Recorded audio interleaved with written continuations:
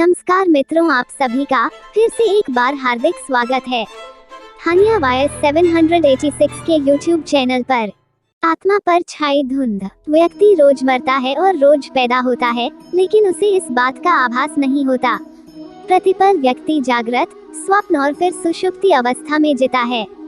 मरने के बाद क्या होता है, ये जानने के लिए सर्वप्रथम व्यक्ति के चित्त की अवस्था जानना जरूरी है। यह कहना चाहिए कि आत्मा के ऊपर छाए भाव, विचार, पदार्थ और इंद्रियों के अनुभव की धुंध का जानना जरूरी है। आत्मा शरीर में रहकर 4 स्तर से गुजरती है। छांदोग्य उपनिषद 8-7 के अनुसार आत्मा 4 स्तरों में स्वयं के होने का अनुभव करती है। 1 जागृत, 2 स्वप्न, 3 सुषुप्ति और 4 तुरीय अवस्था। 3 स्तरों का अनुभव प्रत्येक जन्म लिए हुए मनुष्य को अनुभव होता ही है, लेकिन चौथे स्तर में वही होता है जो आत्मवान हो गया है या जिसने मोक्ष पा लिया है। वह शुद्ध तुरीय अवस्था में होता है, जहाँ न तो जागृति है, न स्वप्न, न सुषुप्ति। ऐसे मनुष्य सिर्फ दृष्टा होते हैं, जिसे पूर्ण जागरण की अवस्था भी कहा जाता है। होश का स्तर तय करता गति। प्रथम तीनों अवस्थाओं के कई स्तर है। कोई जागृत रहकर भी स्वप्न जैसा जीवन जीता है, जैसे ख्याली राम या कल्पना में ही जीने वाला। कोई चलते फिरते भी नींद में रहता है, जैसे कोई नशे में धुत, चिंताओं से घिरा, या फिर जिसे कहते हैं तामसिक।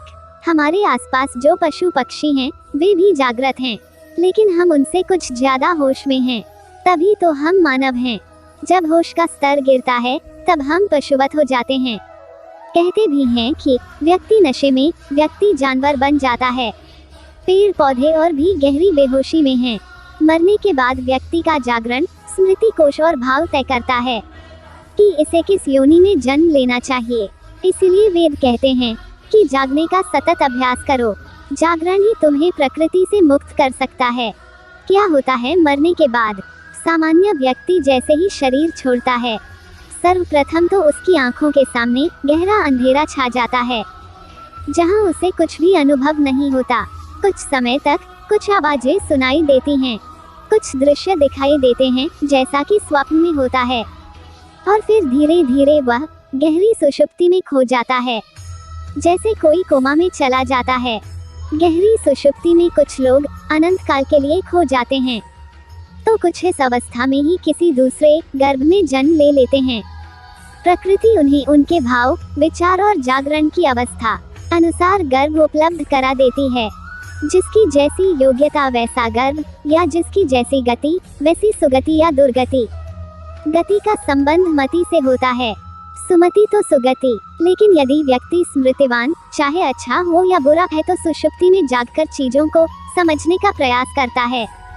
फिर भी वह जागृत और स्वप्न अवस्था में भेद नहीं कर पाता है। वो कुछ जागा हुआ और कुछ सोया हुआ सा रहता है, लेकिन उसे उसके मरने की खबर रहती है। ऐसा व्यक्ति तब तक जन्म नहीं ले सकता जब तक कि उसकी इस जन्म की स्मृतियों का नाश नहीं हो जाता। कुछ अपवाद स्वरूप जन्म ले लेते हैं, जिन्हें पूर्व जन्म का ज्ञान हो जाता है, लेकिन जो व्यक्ति बहुत ही ज्यादा स्मृतिवान, जागृत या ध्यानी है, उसके लिए दूसरा जन्म लेने में कठिनाइयां खड़ी हो जाती हैं, क्योंकि प्राकृतिक प्रोसेस अनुसार दूसरे जन्म के लिए बेहोश और स्मृतिहीन रहना जरूरी है। इनमें से कुछ लोग जो सिर्फ स्मृतिवान हैं, वे भूत, प्रेत या पितर योनि में रहते हैं, और जो जागृत हैं, वे कुछ काल तक अच्छे गर्भ की तलाश का इंतजार करते हैं।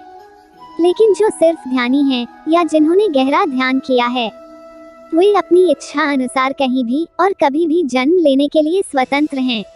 ये प्राथमिक तौर पर किए गए 3 तरह के विभाजन हैं। विभाजन और भी होते हैं, जिनका वेदों में उल्लेख मिलता है। जब हम गति की बात करते हैं, तो 3 तरह की गति होती है: सामान्य गति, सद्गति और दुर्गति।